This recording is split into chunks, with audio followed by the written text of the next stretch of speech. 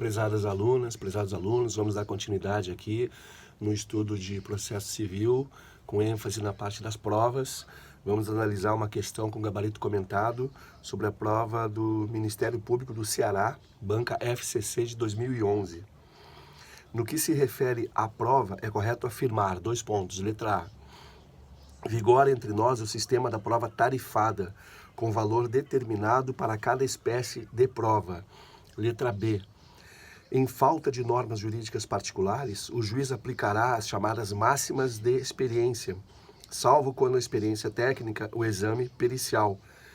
Essa questão é o gabarito letra B. Eu já fiz essa questão no vídeo anterior. Eu acabei de lembrar, peço a compreensão de quem estiver acompanhando esse vídeo, volte no outro vídeo, vou passar adiante na próxima questão. Ministério Público de Minas Gerais, 2011, meios de prova, marca alternativa incorreta, de acordo com o Código de Processo Civil. Também já fizemos gabarito letra B. Na confissão, quando judicial, espontânea e efetiva, ocorre o reconhecimento do pedido. Ministério Público de Minas Gerais, 2013, banca FADEMS. As opções, já fizemos também, letra D, é falsa, verdadeira, já li no bloco anterior. E Ministério Público do Paraná, 2011, acerca da prova no processo civil, assinale a alternativa correta. Vamos ao gabarito direto. Letra C. A existência de prova documental comprobatória da veracidade de uma determinada alegação de fato torna desnecessária a produção de prova pericial com o mesmo propósito. Eu vou comentar por que as outras questões estão incorretas e vou ler as questões. Vamos fazer um estudo reverso. A letra A está incorreta, porque a afirmação seria correta se dissesse respeito às presunções relativas, que são aquelas que admitem prova em contrário, pelo litigante, prejudicado pelas mesmas. Aí eu vou ler a opção A. O comando da questão é acerca da prova no processo civil, assinale a alternativa correta. Vamos ver por que a A está incorreta. Acabei de ler o comentário do gabarito, vou ler a questão A. As presunções absolutas de veracidade têm como efeito prático a inversão do ônus da prova. Incorreta, a afirmação seria correta se dissesse respeito às presunções relativas, que são aquelas que admitem prova em contrário pelo litigante prejudicado pelas mesmas. Vamos analisar agora a opção B. Nas demandas que versem sobre relação de consumo, o juiz, sempre a requerimento da parte, poderá inverter o ônus da prova em favor do consumidor. Letra B, gabarito, está incorreta. Vejamos por quê. Porque a inversão do ônus em favor do consumidor poderá se dar por ato de ofício do juiz. Vide o artigo 6º, inciso 8º do CDC, Código de Direito do Consumidor. Agora vamos à letra C, que é a correta. Vide o artigo 420, parágrafo único, inciso 2º do CPC, do Código de Processo Civil. A letra C é a existência de prova documental comprobatória da veracidade de uma determinada alegação de fato torna desnecessária a produção de prova pericial com o mesmo propósito. Eu vou ler a letra D, depois o gabarito comentado, por que a letra D está incorreta.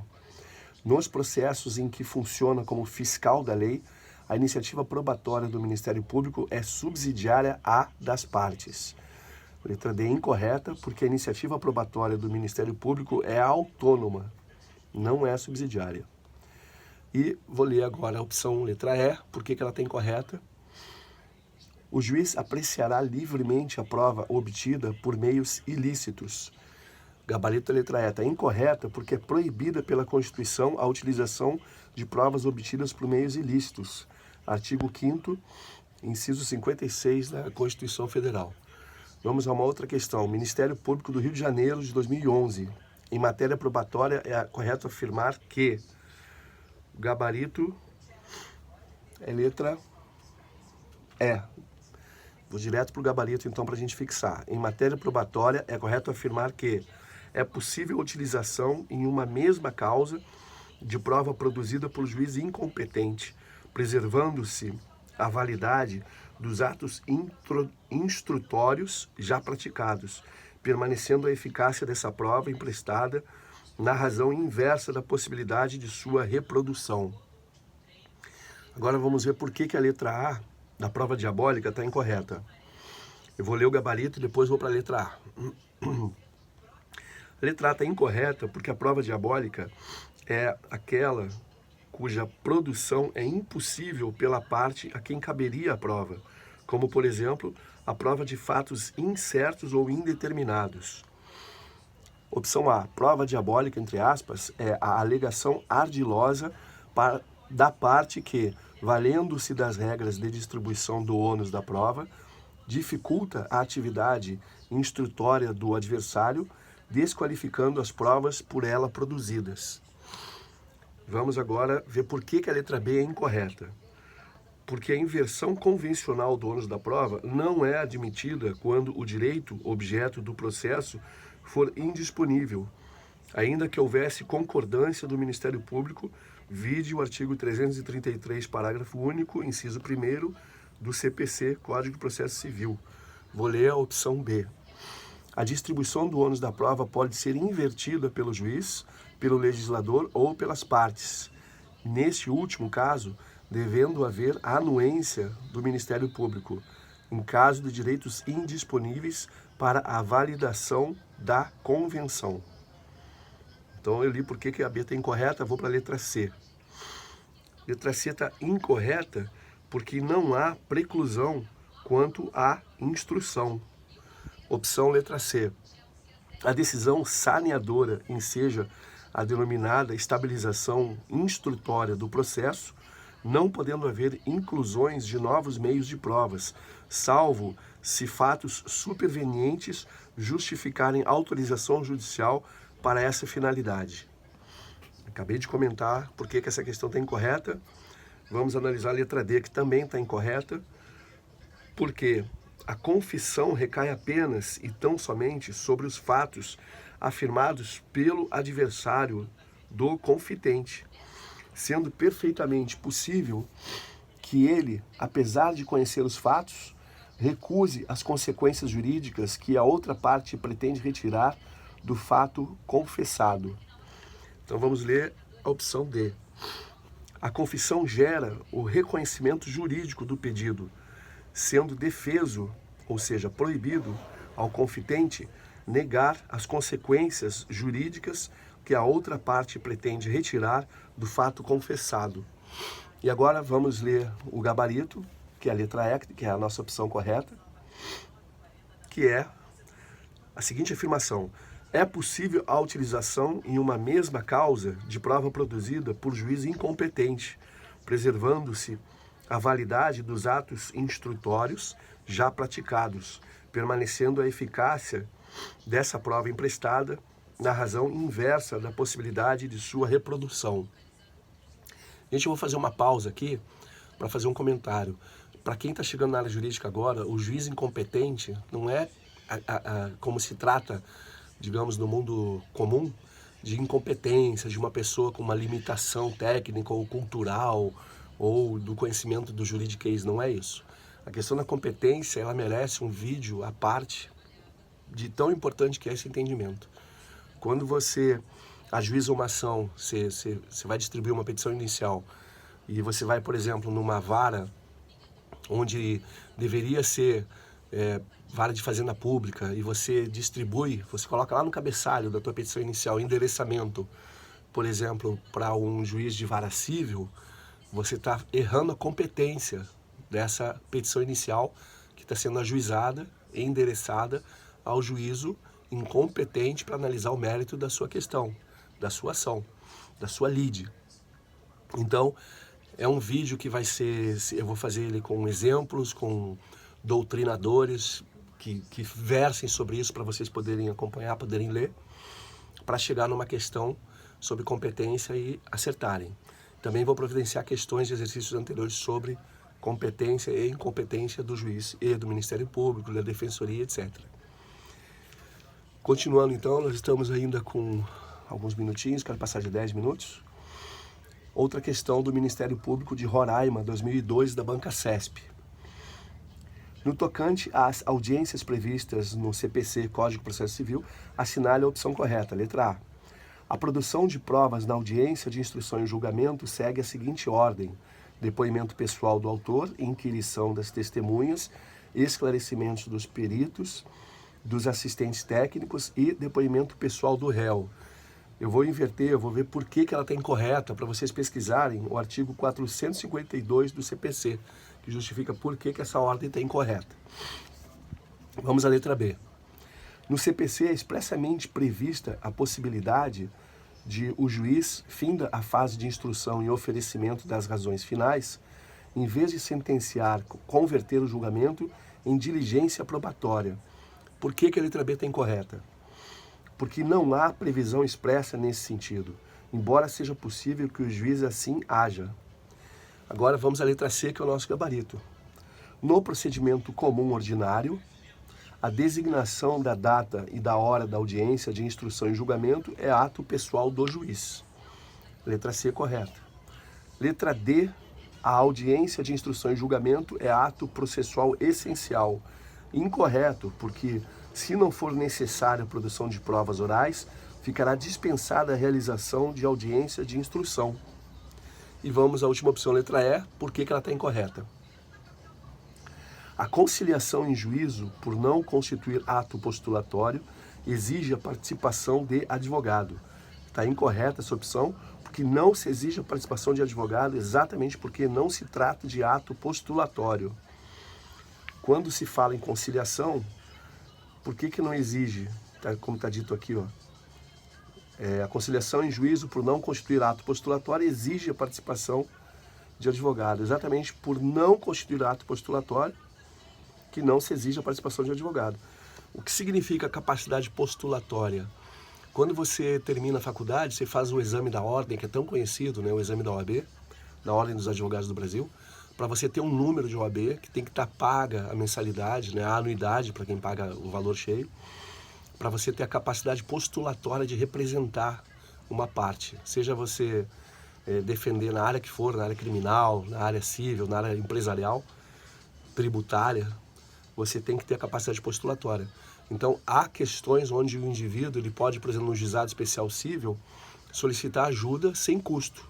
E é incrível como eu vejo pessoas que não conhecem o antigo juizado de pequenas causas, que agora é o juizado especial, seja ele civil ou o GCRIM, o criminal, onde as pessoas, não tendo condições de pagar advogado, elas vão ter a defesa de alguém, seja um advogado dativo, uma advogada dativa, para requerer a sua ajuda para se fazer ouvir pelo Estado. Vamos aumentar aqui o vídeo, vamos para mais uma questão do Ministério Público de São Paulo, de 2011, o poder instrutório do juiz no processo civil. Letra A, depende de requerimento e iniciativa da parte exclusivamente. Letra A está incorreta, vide o artigo 130 do Código de Processo Civil. Letra B, é restrito à prova de fatos afirmados por uma parte e confessados pela parte contrária. Letra B está incorreta porque tais fatos não dependem de prova.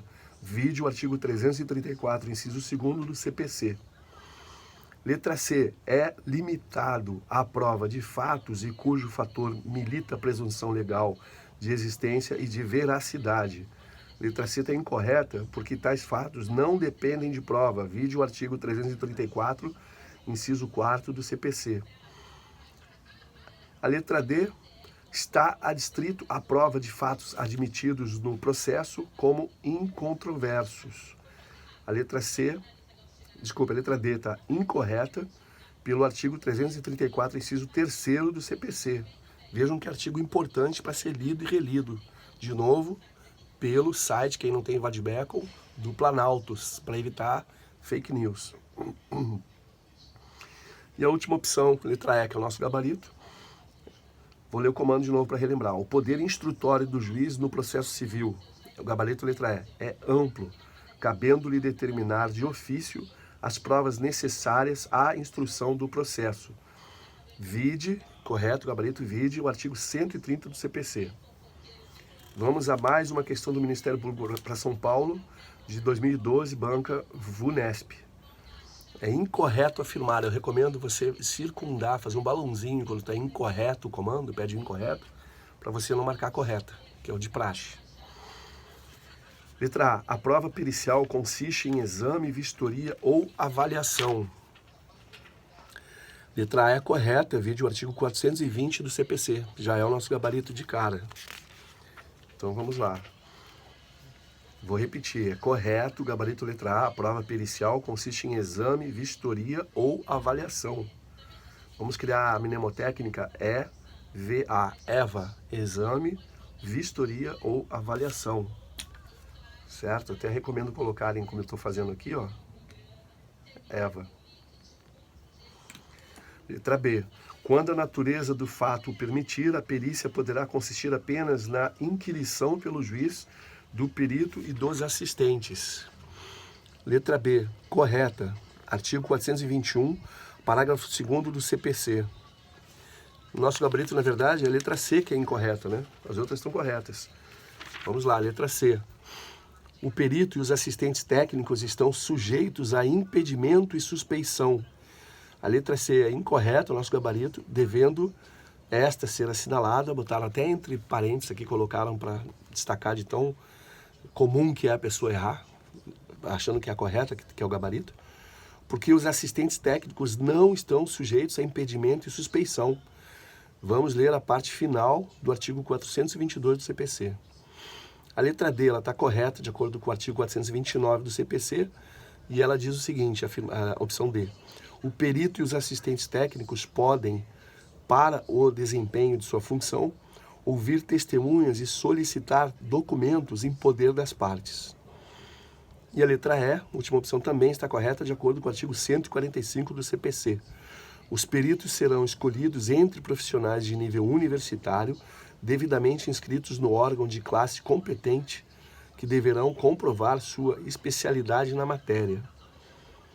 Vamos agora para uma questão, concurso para defensor público do Estado do Amazonas, 2013, banca FCC. Quanto à prova e à presunção, é correto afirmar que, letra A, o ônus da prova cabe em regra à parte economicamente mais forte. Obviamente, esse gabarito, essa letra A está incorreta. Vide o artigo 333 do CPC. Tem que ler esse artigo, gente. Opção B. A prova refere-se sempre a fatos, jamais ao direito ou à sua vigência. Incorreto. Vide o artigo 337 do CPC. Opção C. A confissão judicial prejudica o litisconsorte. Letra C. Incorreto. Artigo 350, caput do CPC, confirma por quê. E a opção D. A revelia não induz presunção de veracidade nos litígios sobre direitos indisponíveis. Correto, vide o artigo 320, inciso 2º do CPC. E agora uma explicação grande de por que a opção E está incorreta. A revelia induz presunção absoluta de veracidade.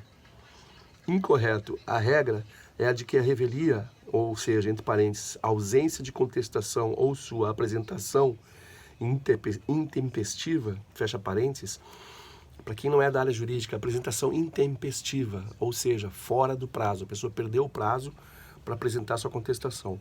Tem que ser tempestiva a contestação, ou a peça que for, você tem que cumprir prazos de 3, 5, 10, 15, 30 dias ou mais. Então tem que se observar muito isso. E aí cabe a observação que eu fiz em outro vídeo, que é muito comum, infelizmente, você que deixa para o último dia, lá na comarca onde você vai apresentar a peça processual, ser um feriado, e aí você perdeu o prazo. Tem como consequência a pena de confissão ficta, isto é, de presunção de veracidade dos fatos articulados pelo autor, bem como a desnecessidade de intimação do rével para os subsequentes atos do processo. Todavia, o artigo 320 do CPC estabelece algumas exceções à regra, além da hipótese de direitos indisponíveis.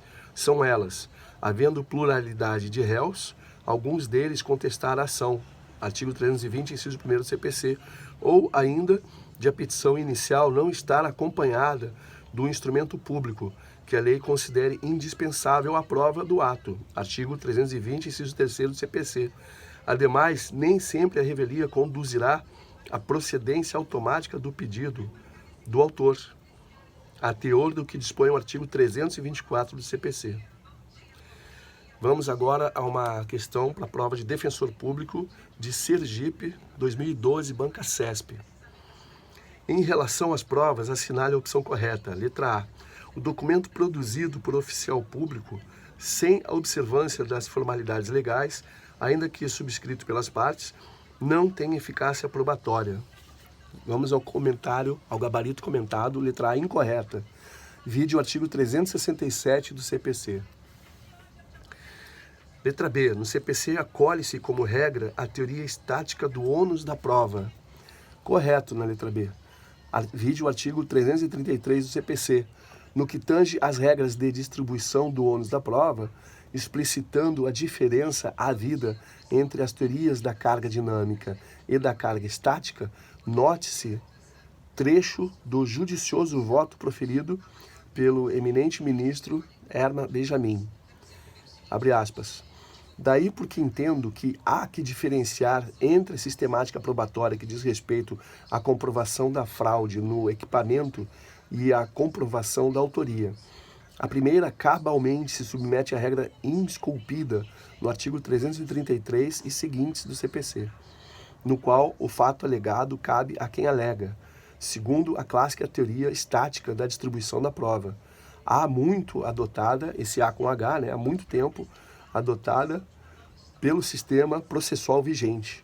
Por outro lado, no que é pertinente à autoria da fraude negada pelo consumidor, o sistema aceito excepcionalmente é o da teoria da distribuição dinâmica do ônus da prova, na qual o dever será atribuído a quem puder suportá-lo, retirando o peso da carga da prova de quem se encontra em evidente debilidade de suportar o ônus. Portanto, a distribuição será a posteriori, segundo a razoabilidade, de tal maneira que se evite a diabolização da prova, aquela entendida como impossível ou excessivamente difícil de ser produzida, como a prova de fato negativo. Fecha aspas. Aí tem o número aqui do RESP do Rio Grande do Sul, do ministro relator, Herman Benjamin, da segunda turma, 16 de novembro de 2010. Se alguém quiser o número do RESP, eu forneço, tá bom? Então, a letra C, nós vamos avaliar a opção agora. Letra C, comando da questão. Em relação às provas, assinale a opção correta. Letra C, a prova emprestada tem eficácia vinculante em relação ao magistrado que a admitir. Letra C está incorreta, porquanto o ordenamento pátrio não adotou como regra o sistema da prova legal ou tarifada, mas sim o do livre convencimento motivado ou da persuasão racional do juiz. Vide o artigo 131 do CPC. Aqui eu vou fazer um comentário interessante, o ordenamento pátrio. Novamente, para quem está chegando no mundo fantástico do juridiquês, a gente tem como fontes, influências muito grandes do nosso direito brasileiro, o direito alemão e o direito francês, também o direito italiano, é claro. Mas a mudança que Napoleão, por exemplo, Napoleão Bonaparte, fez na França, influenciou várias nações, vários países, vários estados de direito, inclusive o Brasil. Então é interessante, o nome disso se chama direito comparado. Você faz comparações de artigos do ordenamento jurídico brasileiro com os outros países de onde nós pegamos muitas referências para criar o nosso ordenamento jurídico. E aí fica a recomendação também para ler o direito consuetudinário da Inglaterra, que é um caso à parte. E também a Constituição norte-americana, ou seja, é muito rica nessa área, São pratos para a alma, São alimentos da alma fabulosos que a gente tem na área jurídica, no xadrez da vida jurídica. Então vamos à letra D, comando da questão de novo. Em relação às provas, assinale a opção correta. Letra D. Determinada a produção de prova de ofício pelo juiz, poderá ele, em momento posterior, desistir de sua produção. Incorreta essa opção. Nas hipóteses de deferimento de provas, sejam elas requeridas pelas partes ou determinadas de ofício, de concessão ou de denegação de pleito, antecipatórios ou de liminares em cautelares, bem assim de decretação ou de rejeição de nulidades relativas, a decisão proferida pelo juízo não pode mais ser revista, salvo se houver fato novo que justifique sua modificação superveniente. Superveniente, para quem está chegando na área jurídica, é algo que acontece depois do feito. Nesses casos, portanto, opera-se a preclusão pro judicato, não podendo o magistrado rever o decisório proferido sob pena de causar tumulto à marcha processual e de vulneração da própria segurança jurídica. Eu vou fazer um vídeo, gente, para falar sobre preclusão, prescrição e decadência, porque esse também é um tema muito importante de você ter segurança na hora de chegar na prova. Todavia, em se tratando de provimentos que indefiram provas, dado que o juiz poderá determiná-las de ofício, na forma do artigo 130 do CPC, ou, igualmente, de hipóteses que importem em nulidade absoluta, condições da ação, pressupostos processuais, juízo de admissibilidade recursal, prescrição, decadência, impedimento do juiz, etc. O órgão jurisdicional pode e deve rever as decisões anteriormente proferidas, por se tratar de questões de ordem pública. Vide artigos 219, parágrafo 5º, 267, parágrafo 3º e 301, parágrafo 4º do CPC, Código de Processo Civil. De modo que, em tais circunstâncias, não há falar-se em preclusão pro judicato. Vamos à última opção, letra E. Eu vou ler o comando da questão novamente. Em relação às provas, assinale a opção correta. Letra E. A confissão é, em regra, divisível, podendo a parte que a quiser invocar como prova aceitá-la no tópico que a beneficiar e rejeitá-la no que lhe seja desfavorável. Essa opção é incorreta, vide o artigo 354 caput, primeira parte do CPC, Código de Processo Civil. Então eu vou ler novamente o gabarito, que é a letra B, vou ler o comando da questão em letra B, que é o gabarito para fixar, diante dessa explicação do gabarito comentado, essa explicação extensa. Então vamos lá. Em relação às provas, assinale a opção correta, gabarito letra B. No CPC, acolhe-se como regra a teoria estática do ônus da prova. Vou repetir, no CPC, acolhe-se como regra a teoria estática do ônus da prova. Muito interessante essa questão lá de Sergipe. Vamos para uma questão para defensor público do Acre de 2012, banca CESP. Em determinado processo, a autora requereu na petição inicial a produção de todos os meios de prova em direito admitidas, incluindo-se o depoimento pessoal dos réus, seus genitores, contra quem postulava indenização sob o argumento de abandono afetivo. Os réus em contestação juntaram farta documentação escrita e fotográfica e protestaram genericamente pela produção de provas. Na fase de especificação de provas, apenas a autora insistiu no depoimento pessoal dos réus e na oitiva de testemunhas que indicou. Diante da designação de audiência de instrução, o juiz determinou de ofício o comparecimento pessoal da autora, a fim de interrogá-la sobre os fatos da causa. Houve intimação regular de todos. Com base na situação hipotética acima apresentada, assinale a opção correta. Letra A. Constitui violação do princípio da isonomia das partes a determinação de ofício pelo juiz do comparecimento pessoal da autora em audiência, visto que esse requerimento é ônus da parte, não tendo o réu solicitado o depoimento pessoal da autora na fase de especificação de provas. A letra A, o gabarito comentado, diz que é incorreta, já que o depoimento pessoal da parte pode ser determinado de ofício pelo juiz, sim. Cuida-se do denominado interrogatório da parte, vide o artigo 342 do CPC. Vamos à opção B. Caso a autora não compareça na data marcada à audiência de instrução, o juiz, se ainda interessado no depoimento, deverá designar nova audiência e determinar a condução coercitiva da autora. Letra B, gabarito é incorreto. Neste caso, ser-lhe-á aplicada a pena de confissão, artigo 343, parágrafo 2º do CPC. Aqui, quando a gente fala ali na data marcada, né, caso a autora não compareça na data marcada da audiência de instrução, muitos lugares, como aqui no Rio de Janeiro, a gente chama de audiência de instrução e julgamento, que ela pode ser convolada ou não. A gente vai falar sobre convolação num vídeo à parte também, tá? Letra C. Não é possível colher o depoimento pessoal das partes por carta precatória. Razão porque a autora e os réus deverão comparecer pessoalmente à comarca em que se situa a sede do juízo, sob pena de arcarem com os ônus decorrentes de suas ausências.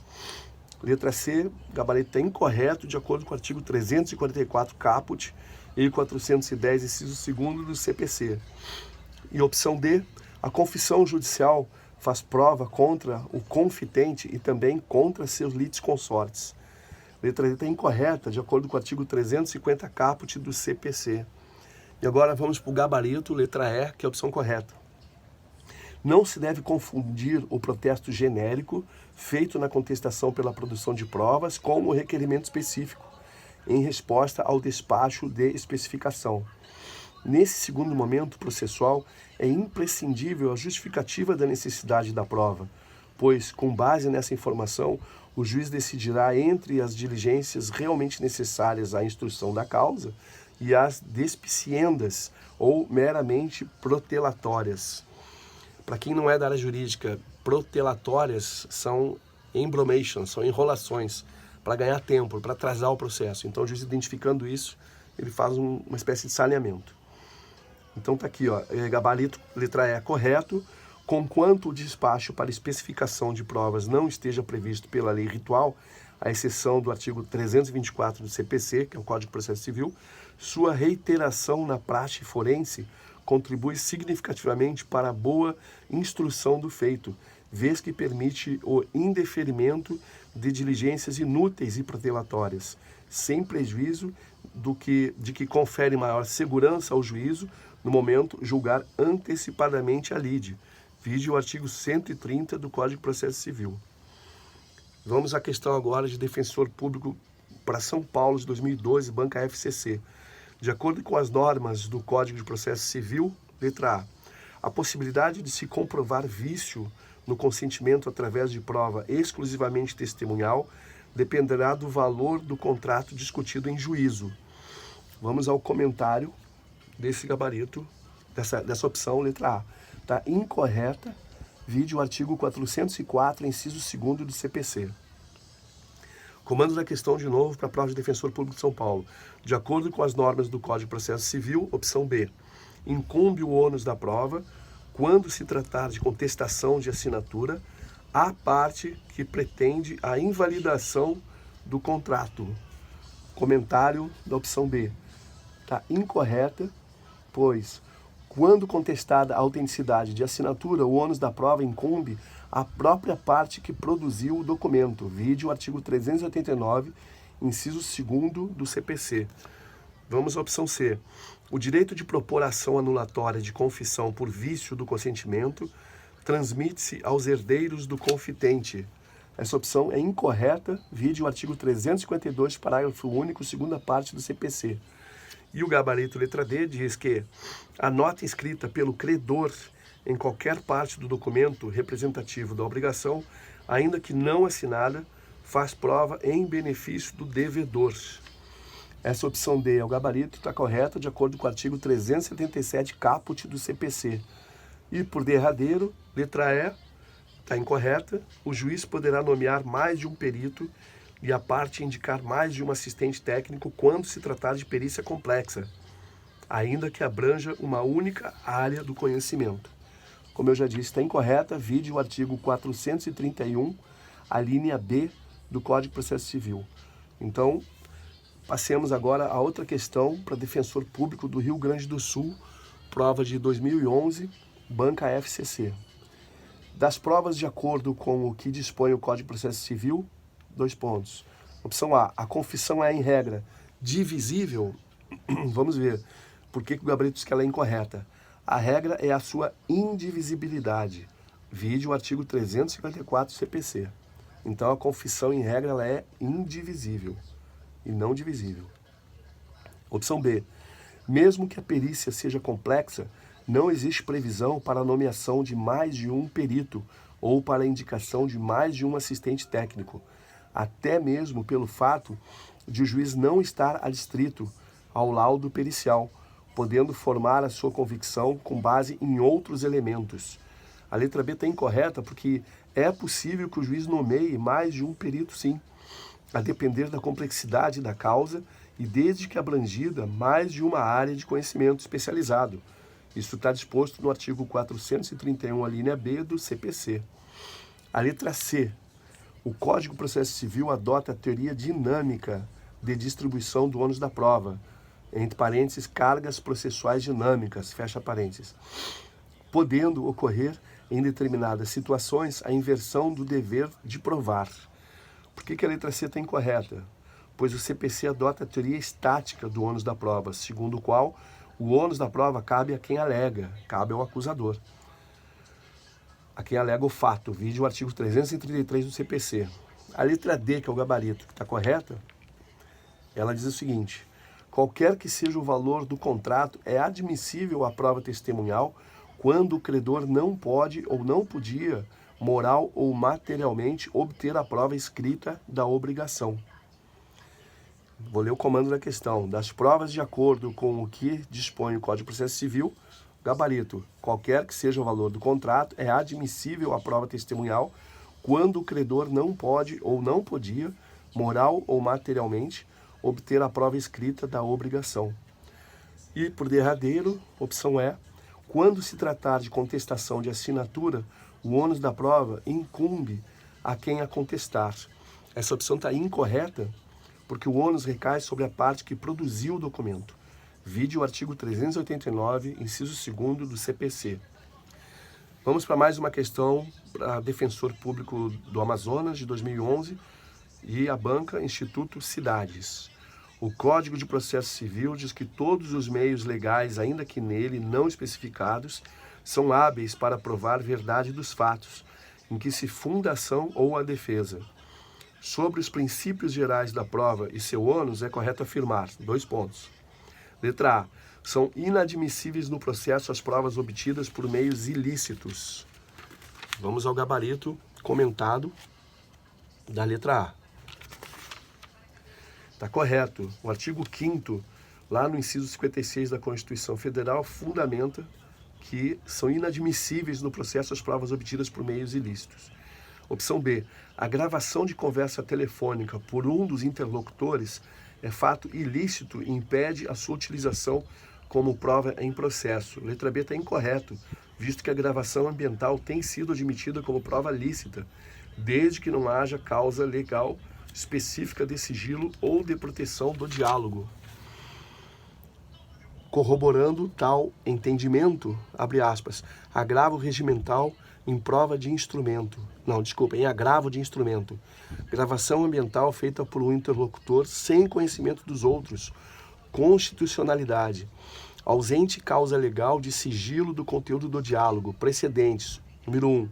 A gravação ambiental meramente clandestina realizada por um dos interlocutores não se confunde com a interceptação, objeto da cláusula constitucional de reserva de jurisdição.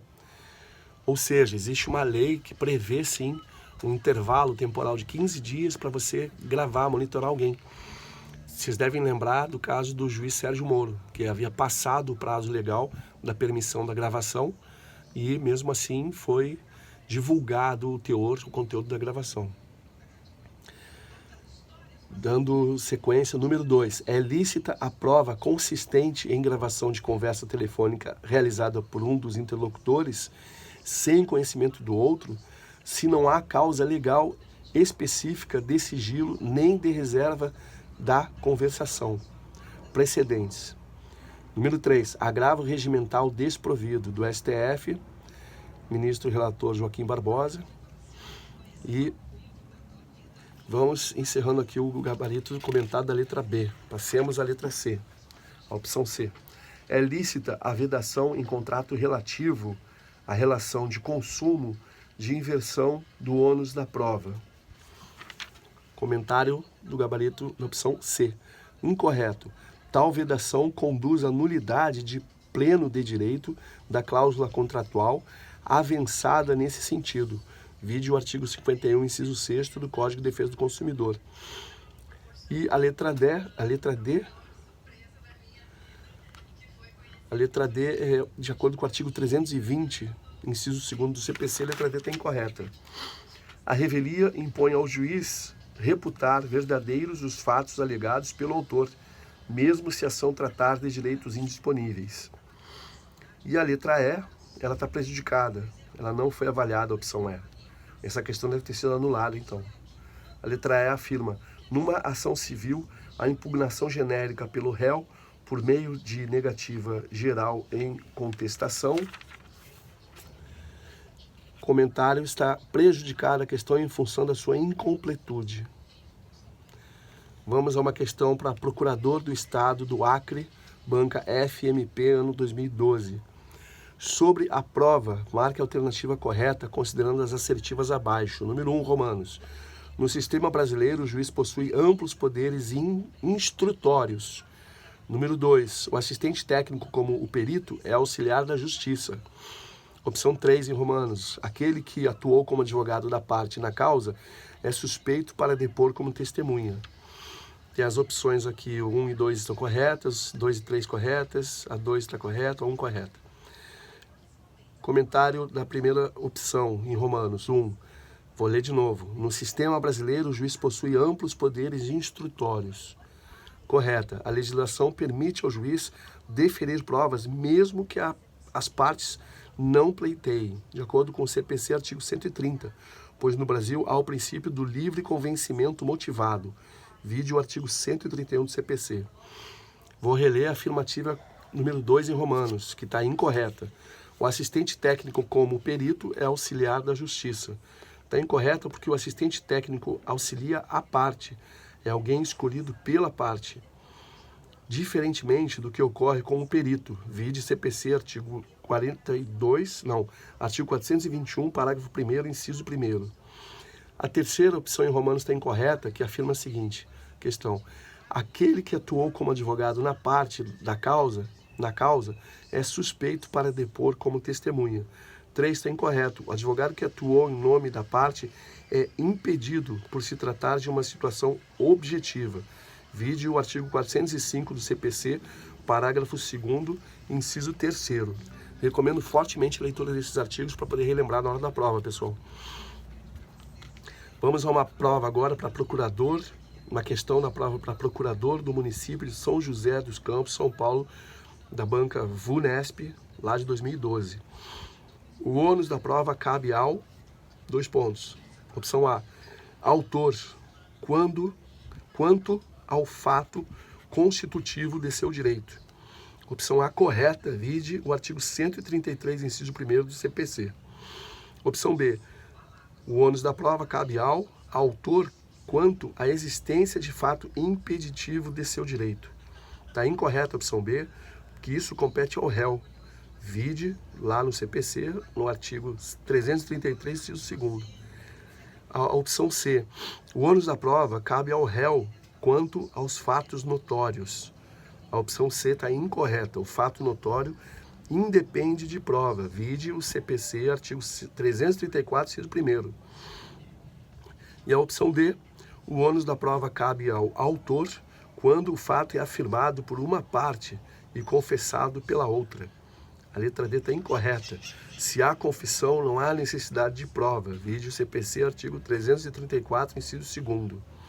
E por fim, letra E, o ônus da prova cabe ao réu em cujo favor milita presunção legal. Letra E está incorreta. Também nessa hipótese, desnecessária a prova. Vide CPC, artigo 334, inciso 4º. Vamos a uma questão agora para Cartório de Minas Gerais, 2012, banca FUMARC. Considerando o disposto no Código de Processo Civil, opção A, o pedido de exibição de documentos não pode ser formulado contra quem não é parte no processo. Aqui cabe um comentário para quem está chegando na área jurídica, nessa área apaixonante. Quando você fala em exibição de documentos, você está falando de uma empresa. Quando você está falando em habeas data, você está falando de um órgão público, de uma instituição, que é uma exibição de documentos. Você, por exemplo, fez um concurso e está sendo negado. Você vê o que aconteceu, onde que você errou, por exemplo. Acontecia isso antigamente, aí você vai pedir um habeas data. Quando é uma empresa particular, você pede exibição de documentos. Então vamos para a opção B. Vou comentar a opção A. O pedido de exibição de documentos não pode ser formulado contra quem não é parte no processo. A opção A está incorreta, vide artigos 360 a 362 do CPC. Opção B. O instrumento público, quando for exigido pela lei, como substância do ato, é insuprível por qualquer outro meio de prova, por mais especial que seja. Letra B, opção correta, vide o artigo 366 do CPC. Vamos ver por que a C está incorreta. Vamos ver. A segunda perícia, cujo objeto sejam os mesmos fatos sobre os quais recaiu a primeira, invalida aquela que perde o seu valor probatório. Letra C está incorreto, de acordo com o artigo 439, parágrafo único do CPC. E a letra D está incorreta, que afirma o seguinte: o documento feito por oficial público incompetente ou sem observância das formalidades legais, ainda que subscrito pelas partes, não tem a mesma eficácia probatória do documento particular. Está incorreto de acordo com o artigo 367 do CPC. Vamos a uma questão para o cartório de Minas Gerais 2012, também da banca FUMARC. Considerando o disposto no Código de Processo Civil, opção A, ocorrendo a revelia, o autor poderá demandar declaração incidente sem promover nova citação do réu. A opção A está incorreta, de acordo com o artigo 321 do CPC. Opção B. Não pode o juiz de ofício determinar comparecimento pessoal da parte para interrogá-la sobre os fatos da causa. Opção B está incorreta. Cuida-se do denominado interrogatório da parte, vide o artigo 342 do CPC. E o nosso gabarito, opção C. Quando a parte alegar direito municipal, estadual, estrangeiro ou consuetudinário, poderá o juiz exigir-lhe a respectiva prova. Opção C, correta, vide o artigo 337 do CPC. E a última opção, letra D, no procedimento ordinário, frustrada a audiência de conciliação, é obrigatória a designação de audiência de instrução e julgamento. Está incorreta essa opção, vide os artigos 330, inciso 1º e 331, parágrafo 2º do CPC. Agora vamos a uma questão aqui do estado que eu escolhi para morar, que é o Rio de Janeiro. Uma prova para o cartório de 2012. Em se tratando de provas, analise as assertivas abaixo. São 3 opções em romanos. Número 1. Cessa a fé do documento público ou particular, sendo-lhe declarada judicialmente a falsidade. Opção 1 está dizendo no gabarito que ela está correta de acordo com o artigo 387 caput do CPC. E, curiosamente, a segunda também e a terceira também estão corretas. Opção segunda, em romanos. Cessa a fé do documento particular quando lhe for contestada a assinatura, enquanto não se lhe comprovar a veracidade. Também está correta essa opção. E a última opção, 3 em romanos, incumbe o ônus da prova quando se tratar de contestação de assinatura à parte que produziu o documento. Também está correta essa opção. Vamos a uma outra prova para cartório, agora Rio Grande do Norte, do ano de 2012, e a banca foi IESES. Quanto à prova no direito processual civil brasileiro, é correto afirmar, exceto que, olha que questão interessante, faça a nuvenzinha ali, o exceto, para não cair na pegadinha, na casca de banana, como diziam os antigos. Letra A. O denunciado alide não poderá ser submetido ao depoimento pessoal. A opção A está incorreta, devendo ser assinalada a considerar que o denunciado ingressa na lide principal como litisconsorte do denunciante.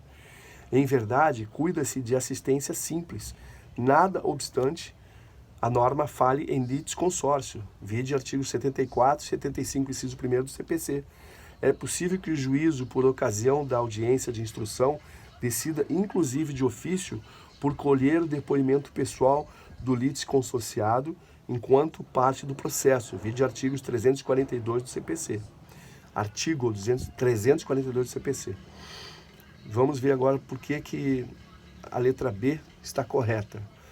Aos peritos aplicam-se as mesmas regras de impedimento e suspeição que se aplicam aos magistrados. Correto. Artigo 138, inciso 3º do CPC.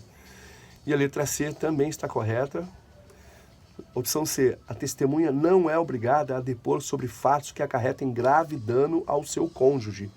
Correto, vide o artigo 406, inciso 1º do CPC. E a letra D também está correta. O documento público prova sua existência e também os fatos que o agente público atesta terem ocorrido em sua presença. Correto, de acordo com o artigo 364 do CPC. Agora vamos para uma questão do cartório de Santa Catarina, prova de 2012. Assinale a alternativa correta. Letra A.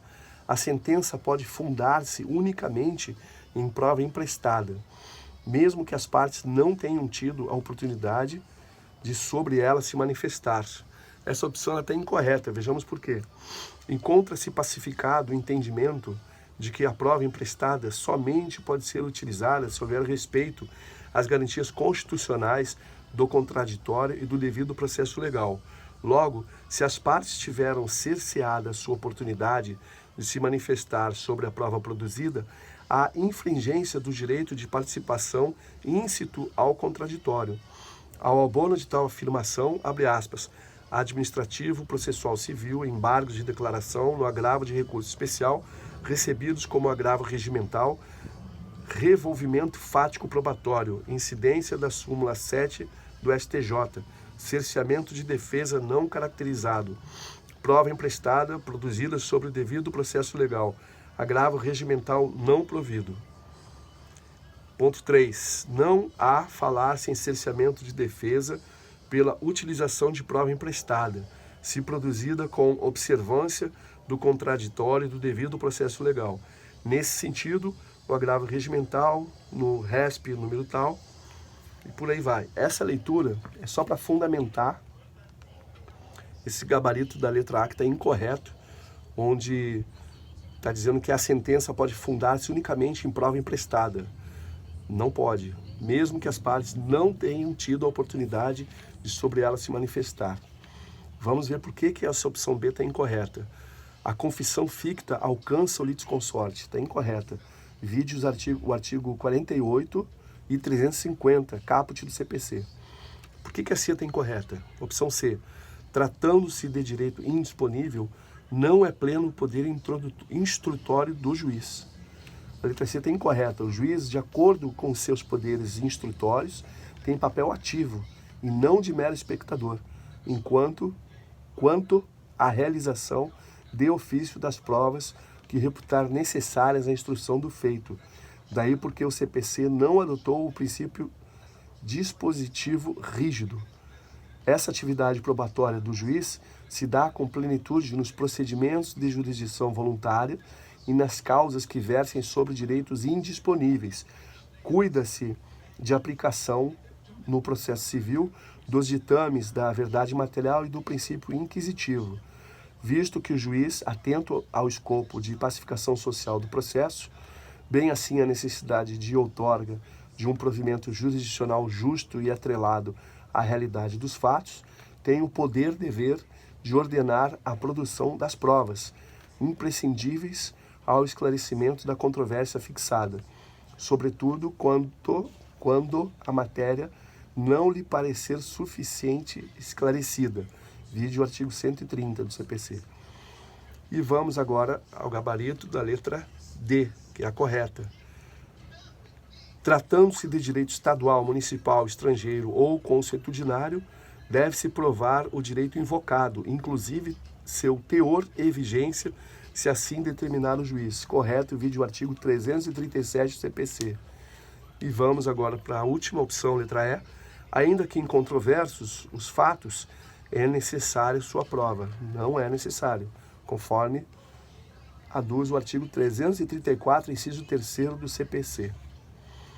Temos uma outra questão aqui para o cartório de São Paulo, da banca VUNESP, de 2012. Passemos a leitura do comando da questão. Documento feito por oficial público incompetente ou sem a observância das formalidades legais, subscrito pelas partes, opção A, não tem eficácia probatória, não servindo como meio de prova. Está errada essa opção. Opção B, é prova bastante dos fatos declarados pelo oficial. Também não. é válido como início de prova a ser complementada por outras provas. Também não. Gabarito letra D. Tem a mesma eficácia probatória do documento particular. Passemos a uma outra questão para cartório de São Paulo 2012, da mesma banca VUNESP. Contestada no curso do processo a assinatura de documento particular exibido por uma das partes, sem reconhecimento de firma por tabelião, o ônus da prova incumbe. Opção A parte que contestou a assinatura. Não. Opção B, a parte a quem o juiz atribuir o ônus de comprovar a autenticidade da assinatura. Também não. Opção C, a parte que produziu o documento. Sim, esse é o gabarito. E opção D, ao autor, quando se tratar de prova relativa a fato constitutivo de seu direito, ao réu, quando se tratar de prova relativa a fato impeditivo, modificativo ou extintivo do direito do autor. Não é. Para você confirmar que o gabarito é letra C, a parte que produziu o documento, vide o artigo 389, inciso 2º do CPC. Eu vou fundamentar a questão anterior, que eu li que o gabarito era letra D, tem a mesma eficácia probatória de documento particular, o documento feito por oficial público incompetente ou sem a observância das formalidades legais, subscritos pelas partes. Eu vou fundamentar no artigo 367 do CPC. Passemos agora a uma questão para a prova de magistratura federal da primeira região da Banca CESP no ano de 2011. Assinale a opção correta a respeito das provas. Letra A. A parte que não comparecer ao interrogatório determinado de ofício pelo juiz será cominada pena de confissão ficta. Vamos ao gabarito comentado. Letra A. Incorreta, pois haverá confissão somente se a parte for intimada pessoalmente. E isso não constou na alternativa. Vide CPC artigo 343, parágrafo 1º. A opção B, vamos ver por que ela está incorreta. Vamos ver. A confissão não importa na renúncia de a parte produzir provas sobre o fato confessado. A opção B está incorreta, pois com a confissão não mais se debate aquele fato. Vide o CPC artigo 334, inciso 2º. Agora nosso gabarito, letra C. O juiz pode determinar de ofício o empréstimo de prova.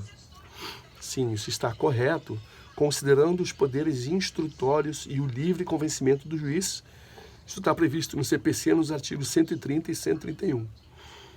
Agora a letra D, que está incorreta, ela afirma o seguinte: não pode ser considerado notório um fato não conhecido. E por fim, também incorreta, a letra E, de acordo com o artigo 335, ela afirma que o juiz não poderá usar a máxima da experiência para valorar a prova.